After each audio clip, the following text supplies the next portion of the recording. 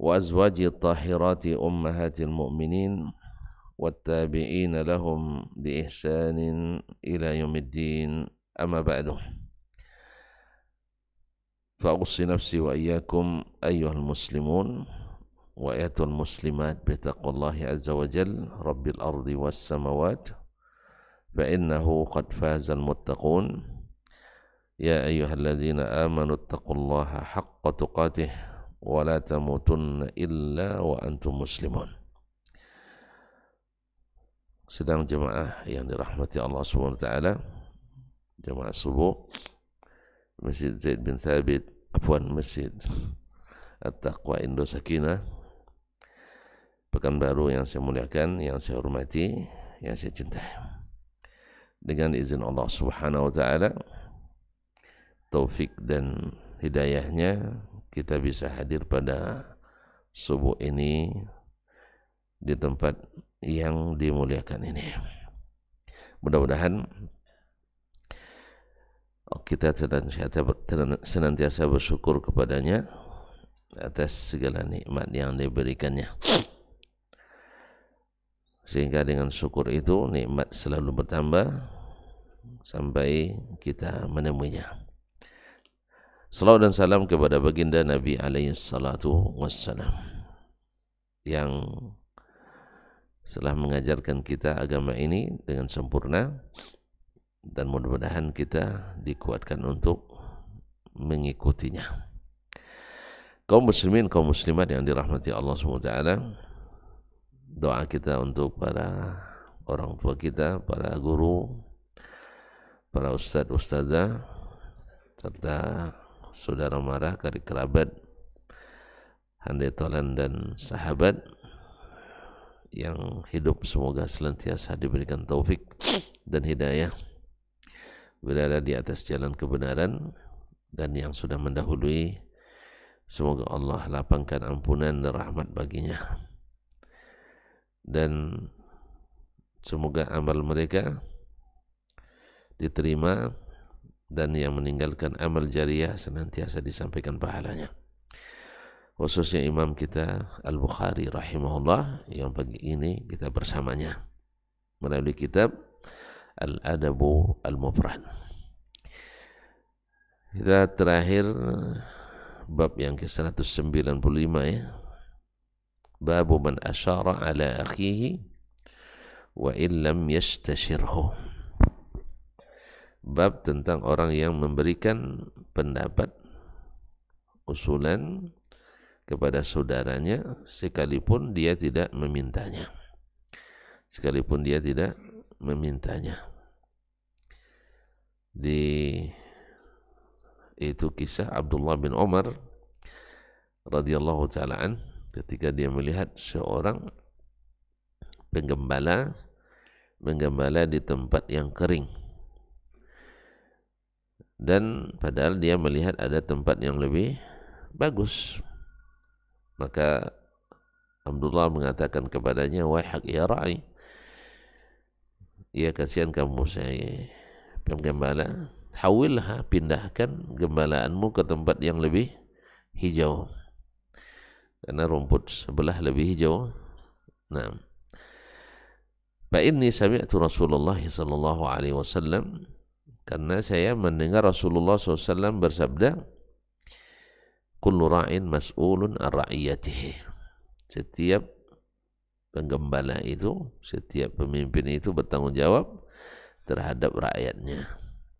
Nah, dan tanggung jawab itu harus dilaksanakan sebaik-baiknya.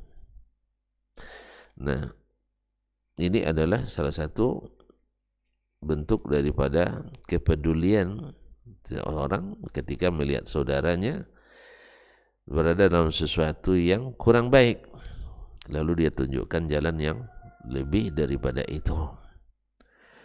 Dan itulah sebabnya kenapa para da'i, para ustadz ini ya kadang-kadang dianggap pula agak kepo juga kan. Ini urusan saya kok, ikut-ikut urusan pribadi. Bukan. Ya, karena dia berilmu. Para ulama itu kan berilmu dia. Lalu dilihatnya kita mengamalkan sesuatu tanpa dasar ilmu. Jadi walaupun antum tidak minta nasihat kepadanya, karena antum mungkin sudah merasa itu sesuatu yang sudah baik. Dia semacam gembala tadi kan, dia sudah merasa itu yang terbaik, dia ketahui. Ternyata Abdullah bin Umar mengetahui tempat yang lebih bagus. Lalu dia tunjukkan kepada seseorang tadi. Lalu seorang ulama, seorang ustaz, da'i menunjukkan kepada masyarakat bahwa ini kurang tepat. Sebab kurang tepat, kurang pula pendapatannya, ya kurang pahalanya. Karena sesungguhnya yang namanya profesional lebih banyak gajinya daripada yang non profesional, ya sih. Nah itu semakin tinggi stratanya, semakin bagus pekerjaannya, tentu semakin mahal bayarannya di sisi Allah Subhanahu wa taala. Dan kita ini adalah ujara, adalah para pekerja yang ngambil upah dari Allah Subhanahu wa taala. Allah menghendaki bumi ini ditakmir dengan amal dan ibadah. Oleh sebab itu makanya jangan tuduh para ustaz itu kepo sekali. Nah, dia nak tunjukkan. Nah, bahkan para ustaz itu sendiri juga ditunjukkan sama ustaz yang lain pula. Ya, ulama-ulama itu juga diperbaiki oleh ulama yang lain pula. Buktinya banyak pula ustaz berbantah gara-gara itu kan. Nah, gitu. Nah, yang berbantahnya sebenarnya bukan karena apa, dia tidak mau menerima. Itu aja masalahnya. Lalu dituduhnya keras kajinya, bukan kajinya keras, yang menanggapinya yang keras. Kaji itu aja, lunak aja. Kan itu juga sampai Allah oleh Nabi Sallallahu Alaihi Wasallam. Sebab kita tidak ingin, sebagaimana Abdullah bin Umar tidak ingin ternak-ternak itu kurus-kurus, kita juga nanti sampai di akhirat tak ingin kita ini tidak terurus. Apalagi sampai Allah tidak mempedulikan, karena di antara ancamannya la yanzurullah salasun la yanzurullah ilaihim yaumil qiyamah wa la yuzakkihim. Nah, tidak dipedulikan Allah, tak dibersihkan, terus jadi apa kita? Tidak dipedulikan, tentu pertama hisab mungkin lambat, yang kedua nanti berat, dosa berat, akhirnya tercampak ke dalam neraka. Jadi ada hal-hal yang diingatkan, ya. Maka ditunjuk apa aja yang tidak dipedulikan itu. Nah, ini antaranya adalah yang isbal misalnya dalam salatnya, Allah tak perhatikan, atau yang durhaka pada orang tuanya, atau yang suka mengadu domba, dan seterusnya. Taib, kita masuk ke bab yang selanjutnya, yang ke-196. Qala al-Imam al-Bukhari rahimahullahu ta'ala, babu man kariha amthal as-su' atau amthal as-saw'. Bab tentang orang yang tidak menyukai tamsil-tamsil yang buruk. Jadi pada asalnya tamsil itu dibuat yang baik, bukan tamsil yang buruk. Atau jangan sampai kita dibuat tamsil orang sebagai tamsil yang buruk. Nah, jadi bisa dengan dua makna, bahwa kita kalau bisa jangan menghindari tamsil-tamsil yang buruk, dan juga jangan sampai kita menjadi tamsil yang buruk. Nah, itulah menjadi tamsil yang buruk. Kalau sampai di kampung tuh jadi tamsil, wang jin condo anak sianunya kan, apa itu? Nah, macam-macam lah disebut nanti. Tidak sholat, soang jodohnya misalnya. Nah, itu kan bahaya kita. Jadi tamsil yang buruk. Nah, atau misalnya jangan kamu seperti orang Yahudi dan Majusi, katanya kan tamsil yang buruk tuh. Apa sebab? Mereka memanjangkan kumisnya dan menghabisi, jadi kumisnya dipanjangkan, jenggotnya diklimis ya, dilicinkan, kita balik itu, ya. Jadi kita akhirnya jadi tamsil gitu. Nah, sampai-sampai berlomba pula untuk saling menyatukan. Yang berjenggot itu seperti kambing katanya. Nah, akhirnya dijawab sama ustaz. Yang berjenggot kalau seperti kambing, yang tidak berjenggot berkumis seperti kucing katanya. Yang lebih parahnya tidak berjenggot, tidak berkumis seperti apa? Titik-titik. Kan bahaya kita. Nah, jadi jangan membuat tamsil-tamsil yang buruk, atau jangan sampai kita menjadi objek tamsil yang buruk. Nah, ini maksud daripada bab ini, karena itu termasuk adab yang kurang. Baik yang membuat tamsil itu, ya, kalau tidak tepat pada sasarannya, bisa saja menjadi kurang adab. Atau yang terpaksa dibuat tamsil itu untuknya, sehingga dia jadi objek tamsil yang buruk. Walillahil matsalul a'la. Qala rahimahullah, haddatsana Abu Nuaim, telah menceritakan kepada kami Abu Nuaim Al-Fadl ibn Dukain. Al-Fadl ibn Dukain Al-Basri. Beliau ini dengan Imam Yahya bin Ma'in punya kisah yang tak terlupa oleh Yahya bin Ma'in sepanjang umurnya. Imam Yahya bin Ma'in kan teman sejawatnya Imam Ahmad, kemana-mana selalu bersama menuntut ilmu. Karena Yahya bin Ma'in ini dapat warisan dari ayahnya tidak terlalu banyak, hanya 30.000, tapi dinar sih. 30.000 dinar, bang. Dinar berapa sekarang, bang? Apa enggak punya dinar ya? Anas punya, tapi enggak dinar kertas, dinar Irak dulu. Jadi orang minta tukarkan ke saya, ternyata enggak ada nilainya sama sekali. Nah, masalahnya di laminatingnya pula, masa duit di laminating. Jadi dinar Irak. Oh iya, juga ada dikasih orang kemarin dinar Kuwait. Ini dinar yang emas. Kalau 1 dinar itu kan 4,2 gram emas. Lebih kurang berapa emas sekarang? Emas enggak tahu coba. Sama aja kita jadinya.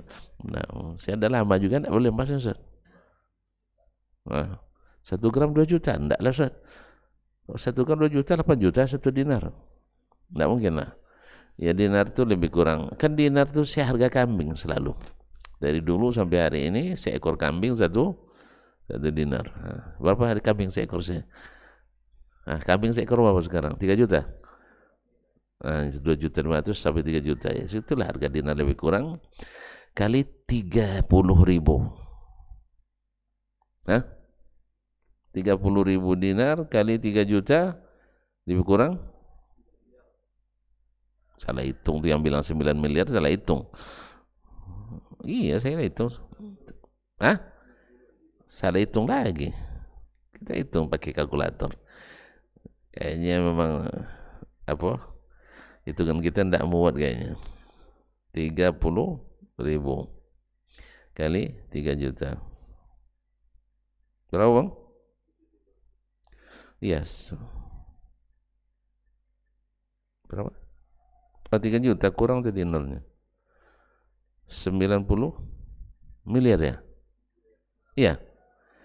Kira-kira kalau kita menuntut ilmu 90 miliar habis, dikit apa banyak ya? Hah? Enggak, saya salah, bukan 30, 300.000.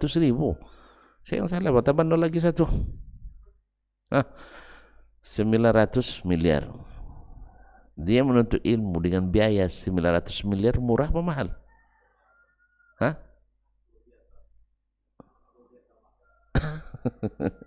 Jadi makanya tidak etis kita sekarang ketika mengeluhkan biaya pendidikan agama mahal katanya. Tuan-tuan, orang kedokteran sekali masuk berapa, bang? 500 juta.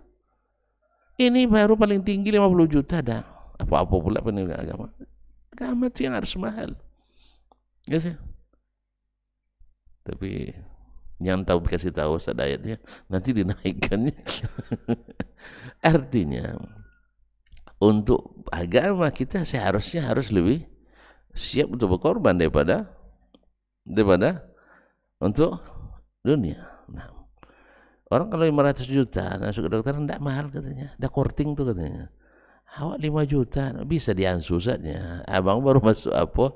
Baru masuk ke kedokteran 500 juta kemarin.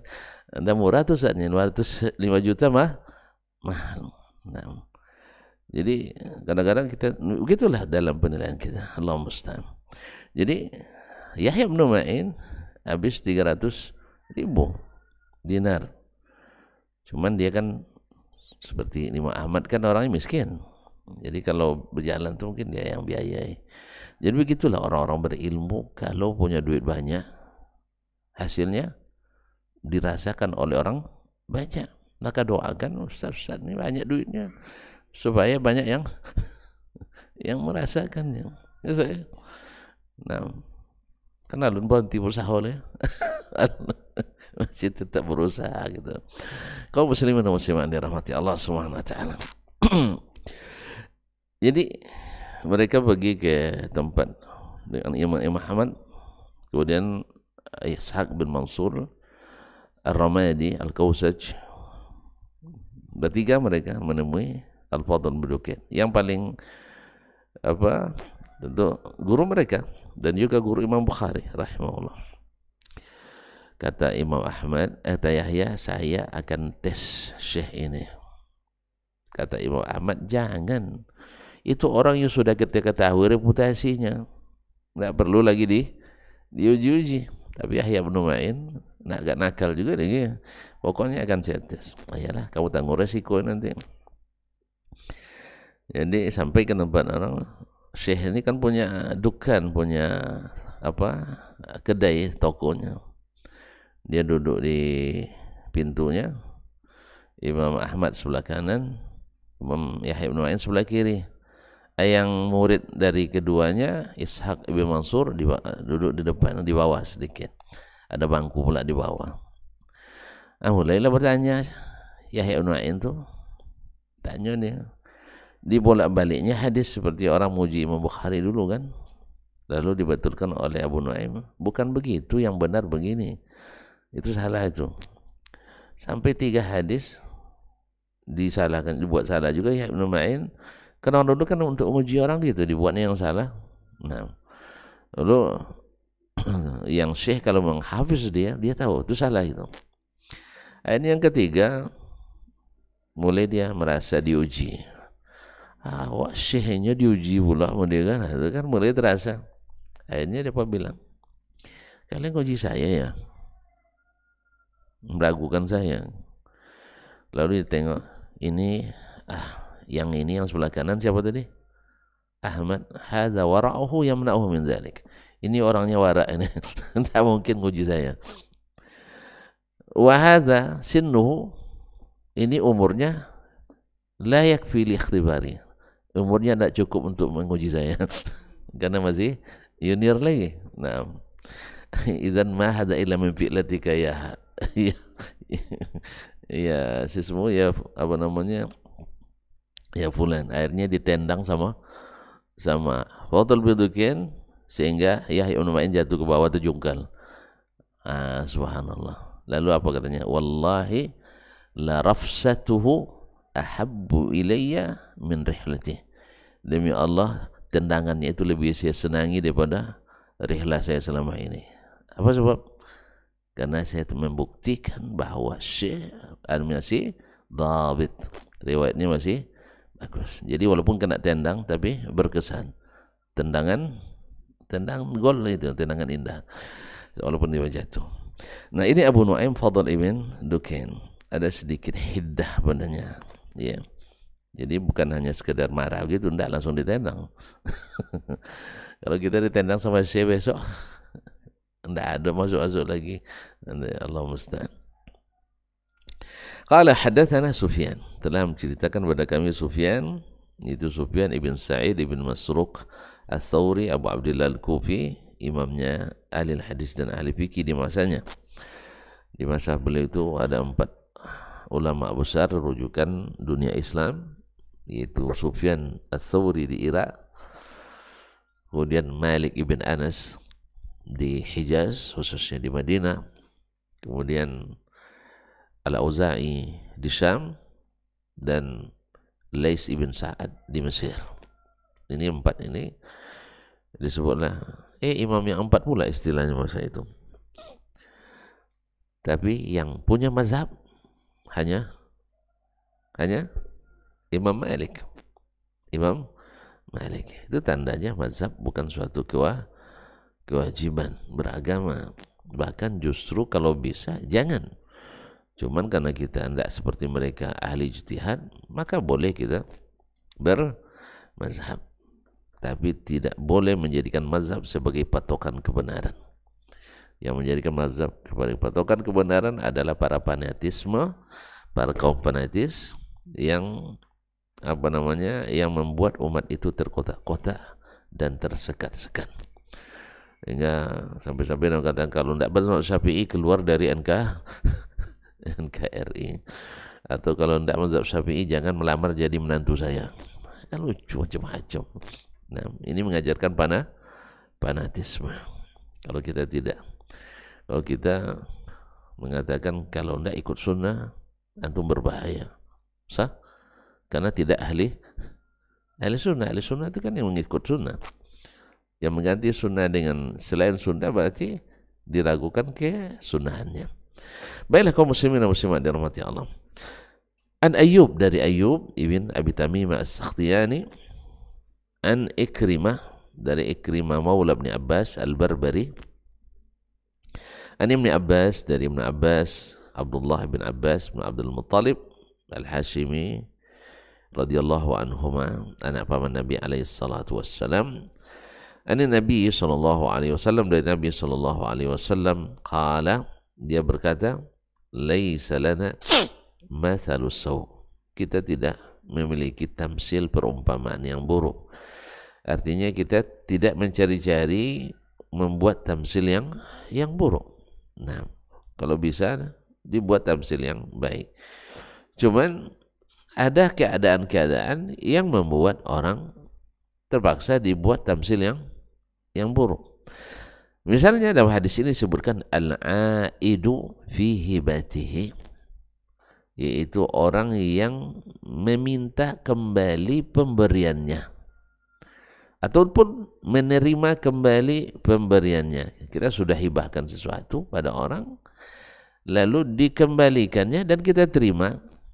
Apa permisalannya? Kal kalbi yarji'u biqai'ihi, seperti akramakumullah, anjing yang menjilat kembali muntahnya. Berarti ini perumpamaan baik apa perumpamaan buruk? Apalagi kalau minta sebelum kampanye kasih sajadah ke masjid, tak duduk bongkar lagi. Makanya jangan minta. Jadi masjid-masjid harus dibersihkan dari suap-suap seperti ini. Yang sayangnya kita kan susah membedakan antara suap, riswah dengan hibah. Akhirnya itulah selesai diminta, akhirnya viral pula. Ya. Jadi karpet masjid diminta balikkan kembali. Padahal mungkin orang masjid itu milih, tapi suara Anda yang tidak cukup. Makanya tidak usah jangan pakai sogok. Jadi kalau pakai sogok rakyat ini rusak. Dan ini yang terjadi, na'udzubillah, tsumma na'udzubillah. Bahkan kadang-kadang kawan-kawan partai aja kadang main bom-bom. Ada istilah di bomnya katanya. Ada istilahnya itu ya. Dikasih di sini 200, berapa dikasih sebulan? 200, saya kasih 300. Antu orang kena bom gitu terkulai dia. Ya, terkulai dia. Karena kadang-kadang kalau orang sudah apatis saja. Tidak kita terima, dia jadi pun kita tidak dapat apa-apa juga katanya. Sekarang aja terima. Padahal itu berimbas pada kebiasaan, dan juga kita dihukum oleh Allah SWT. Sebab orang yang menyogok dan yang disogok sama-sama terlaknat. Kalau kita sama terlaknat, tahulah kita laknat itu jauh dari rahmat Allah. Kalau jauh dari rahmat Allah, tentu tidak akan dapat pemimpin yang membawa rahmat. Pasti dapat pemimpin yang membawa laknat. Na'udzubillah. Demikian juga wakil-wakil kita. Kalau kita disogok untuk milih mereka, akhirnya kita terlaknat, dia terlaknat. Sehingga kalau jadi pun dia tidak akan membawa rahmat. karena dia sendiri membawa laknat. Makanya itu masyarakat harus dididik untuk memilih dengan sebenar-benarnya, bukan karena bom-bom tadi ya. Ya, fadal. Nah, bukan karena dibom dengan 200, 300 dan sebagainya. Tapi tidak ada, yang sekarang ini tidak ada lagi yang kayak gitu ya. Tidak ada kan di masjid nih ya. Masjid nih, kalau di lapangan masih ya, kabarnya saya tidak tahu. Alhamdulillah tidak ada pula yang mengantar-ngantar 200, 300 ya. Kalau ada misalnya, kalau 200.000 ditolak juga, 300 juta belum tentu. Allah musta'an. Tidak ada pula yang berani 300 juta ya. Alhamdulillah. Untung tidak ada yang nawar-nawarkan apa-apa. Nah, akhirnya masyarakat tadi tidak percaya lagi dengan hasil yang terjadi. Tapi apa boleh buat, terpaksa terima. Tapi intinya orang yang seperti ini, yang memberi lalu kembali mengambilnya, baik diminta ataupun tidak diminta, seperti akramakallah, anjing yang menjilat kembali muntahnya. Anjing kan mau muntah, dijilatnya lagi ya. Nah, subhanallah. Jadi ini perumpamaan buruk. Jadi jangan sampai kita menjadi objek perumpamaan buruk, atau jangan sampai orang mengeluarkan perumpamaan buruk untuk menyebutkan kita. Lucu pula ustaznya, udah diberi sama kita diminta minta balik. Ya, bawa sini lagi yang kemarin saya kasih gitu. Nah, itu tidak boleh. Jadi kaum muslimin dan muslimat sehingga terpaksa keluar tamsil yang tidak baik untuk menyebutkan perangai orang seperti ini. Hadis ini sahih riwayat Imam Bukhari dan Muslim dan selain keduanya. Kaum muslimin, kaum muslimat dirahmati Allah SWT. Kemudian bab yang setelahnya, babu ma dzukira fil makri wal khadi'ah. Bab tentang apa? Al-makri wal khadi'ah. Tentang tipu daya dan ya, tentang makar dan tipu daya. Atau makar dan tipu daya, artinya yang disebutkan ini adalah adab yang tidak sesuai dengan adab yang baik. Adab yang tidak baik ya adalah diantaranya adalah melakukan makar dan menipu. Nah, qala rahimahullah, hadatsana Ahmad ibn al-Hajjaj, dan cerita kepada kami Ahmad ibn al-Hajjaj, qala hadatsana Hatim ibn Ismail, telah menceritakan kepada kami Hatim ibn Ismail, qala hadatsana Abu al-Asbat al-Harithi, telah menceritakan kepada kami Abu al-Asbat al-Harithi, wasmuhu Bishr ibn Rafi', namanya Bishr ibn Rafi', an Yahya ibn Abi Kathir, dari Yahya ibn Abi Kathir al-Yamami, an Abi Salamah, dari Abu Salamah ibn Abdurrahman ibn Auf az-Zuhri, an Abi Hurairah, dari Abu Hurairah Abdurrahman ibn Sakhar ad-Dawsi, sahabat yang paling banyak berikan hadis dari Nabi sallallahu alaihi wasallam. Qala Rasulullah sallallahu alaihi wasallam, Rasulullah sallallahu alaihi wasallam berkata, al-mu'minu ghirrun karim. Al-mu'minu ghirrun karim wal fajiru khibbun la'im. Orang beriman itu adalah ghirrun, saking berbaik sangkanya ya, karena memang mukmin itu selalu berbaik sangka, sehingga asabahu gharara, sering tertipu oleh orang, karena orang mukmin selalu berbaik sangka. Nah, sedangkan wal fajiru khibbun laim. Nah, afwan, ghirrun selalu ghirrun mudah terpedaya, mudah tertipu, mudah terayu. Nah, karim dan pemurah, karena pemurahnya, karena mulia Allahnya tadi. Sama orang buruk perangai pun dia berbaik sangka. Coba bayangkan. Mungkin antum pernah saya kisahkan di sini kisah seorang bapak di masa Hajjaj ibn Yusuf Ats-Tsaqafi berkuasa.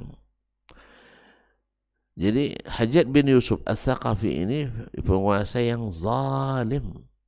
Di antara pemerintahan Islam yang menjadi tamsil kezaliman adalah Hajjaj bin Yusuf Ats-Tsaqafi ini.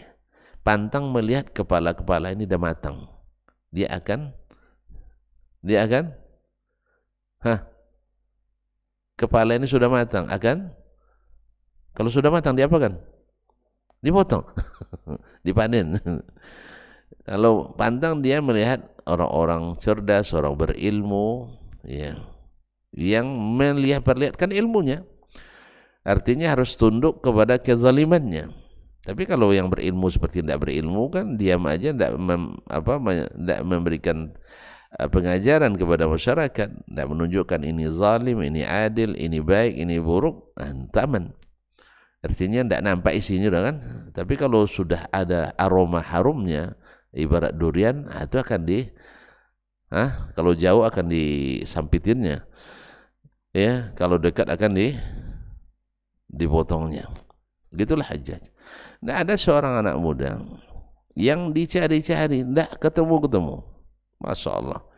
Bin Badan Intelijen Negara sudah diturunkan. Selalu saking hebat sang anak, tidak tertangkap. Akhirnya Hajjaj bin Yusuf kumpulkan para pembisiknya. Ada yang bilang, ini informasi penting ini. Iya, dia itu punya seorang ayah. Tentu ayah seorang ya. Tidak banyak ayah satu.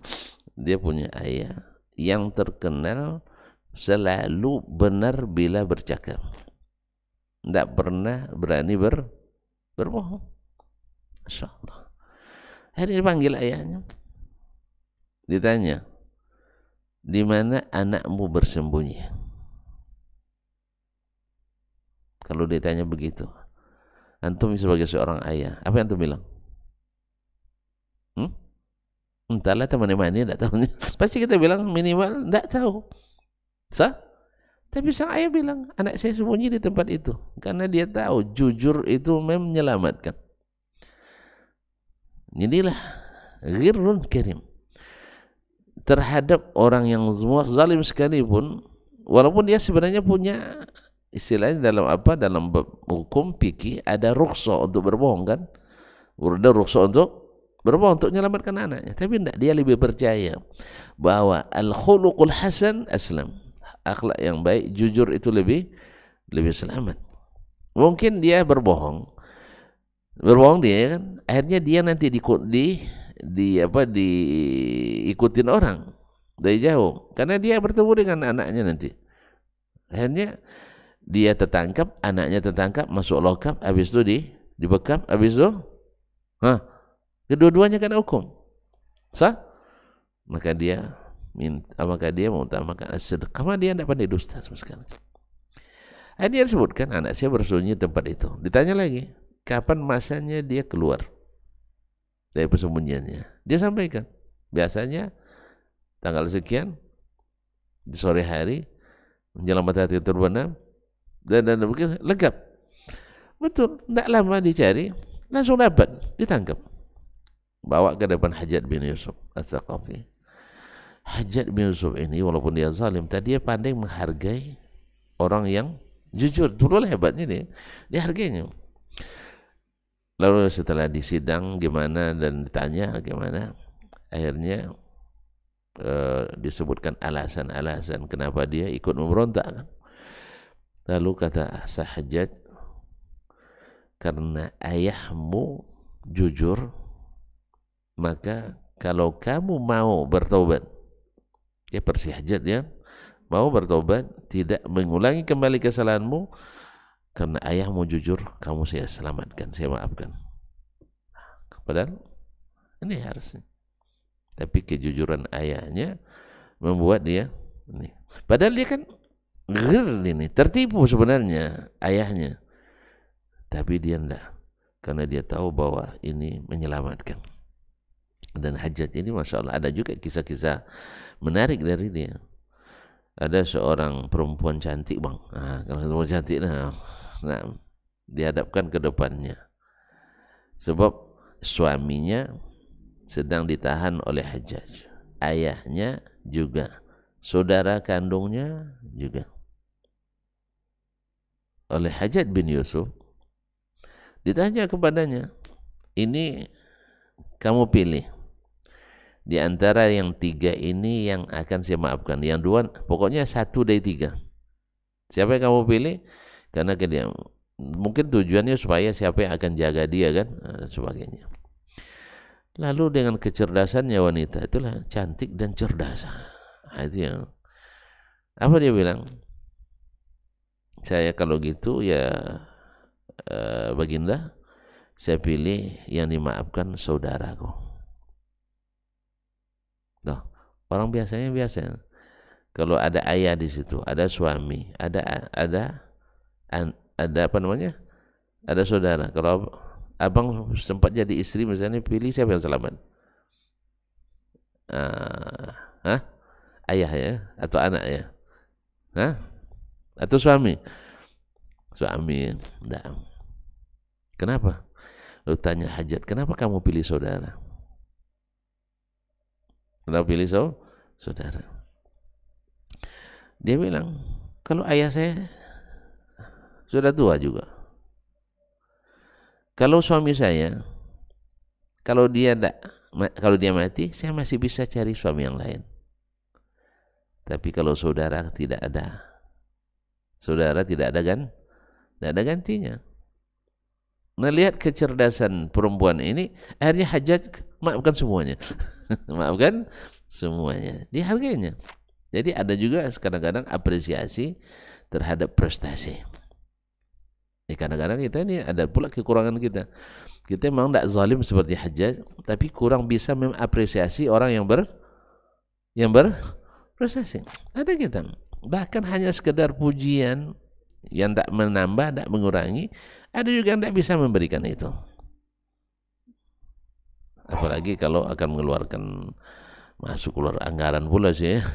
Jadi kurang kita mengapresiasi. Tapi Hajjaj enggak. Karena kamu cerdas, maka ayahmu, suamimu saya bebaskan. Masya Allah. Awalnya suami terkejut kan, masa saudara pula yang dibebaskan, kenapa tidak saya gitu ya, terkejut ya. Tapi setelah tahu, hanya terima kasih. Sama juga kisah, tapi ini tidak bersanad yang satu nih Bang. Ada kisah, ya ada kolam banyak buayanya. Lalu siapa yang berani terjun dan selamat dapat hadiah 100 juta. Ada yang berani? Buayanya banyak. Dalam keheningan orang pada bergejolak pikir 100 juta banyak nih. Cuman masalahnya kita selamat atau tidak. Tiba-tiba ada yang kecebur. Nah, akhirnya kecebur, tiba-tiba terus dia tidak selamat, berenang secepatnya, alhamdulillah selamat. Akhirnya dia bingung, siapa yang tolak saya tadi? Siapa yang tolak saya tadi? Subhanallah.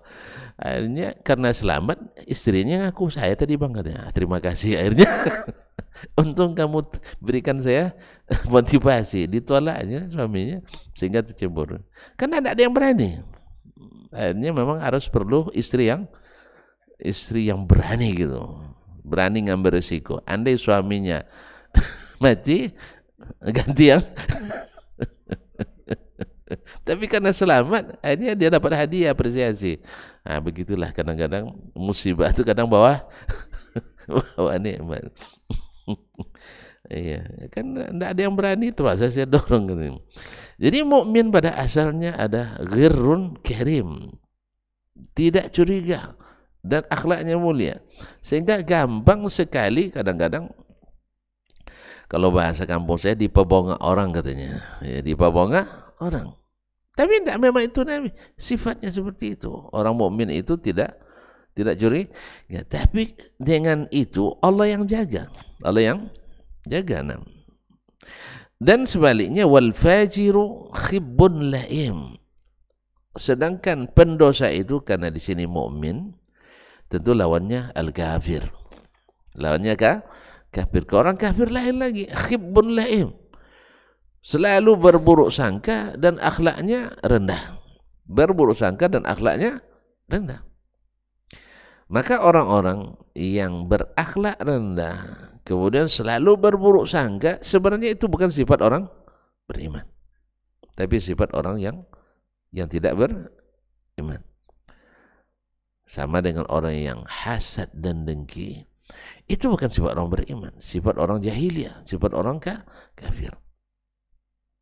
Tapi orangnya mungkin orang muslim, karena Nabi katakan iman dan hasad tak mungkin berkumpul dalam hati seseorang, karena hasad itu sama dengan menggugat Allah dalam takdirnya.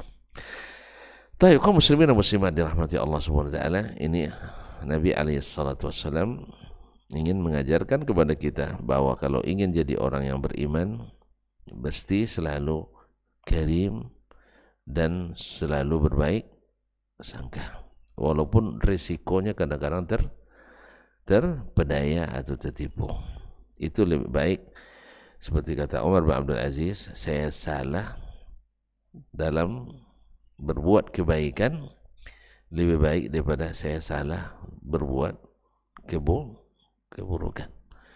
Dan kita tentu berdasarkan niat kita. Ada orang bersedekah, ya dia nggak tahu, bersedekah pada pencuri berpahala juga dia, bersedekah pada pezina berpahala juga, sebab sedekahnya tadi membuat pencuri tak perlu lagi mencuri, pezina tadi tak lagi berzina. Lalu tapi Allah berikan pahala dia, sana niatnya tadi baik, dia nggak tahu bahwa orang ini pencuri, bahwa orang ini pezina. Jadi oleh sebab itu, kalau ada orang yang minta sedekah sama kita, jangan tanya, "Doh, Bapak pencuri apa enggak?" Janganlah. Nah, berbaik sangka saja bahwa dia itu memang butuh. Nah, kalau kita mampu. Kalau kita lebih butuh pula, minta maaf aja. Yes ya. Atau kadang-kadang dalam kondisi yang tak mungkin kadang kita berikan, dan seterusnya. Baik, saya kira sampai di sini kajian kita pagi ini. Mudah-mudahan bermanfaat. Semoga Allah senantiasa menghaluskan dan meninggikan adab dan budi kita. Wabillahi taufiq wal hidayah. Wa subhanakallah bihamdik. Asyhadu an la ilaha illa anta astaghfiruka wa atubu ilaik. Wassalamualaikum warahmatullahi wabarakatuh.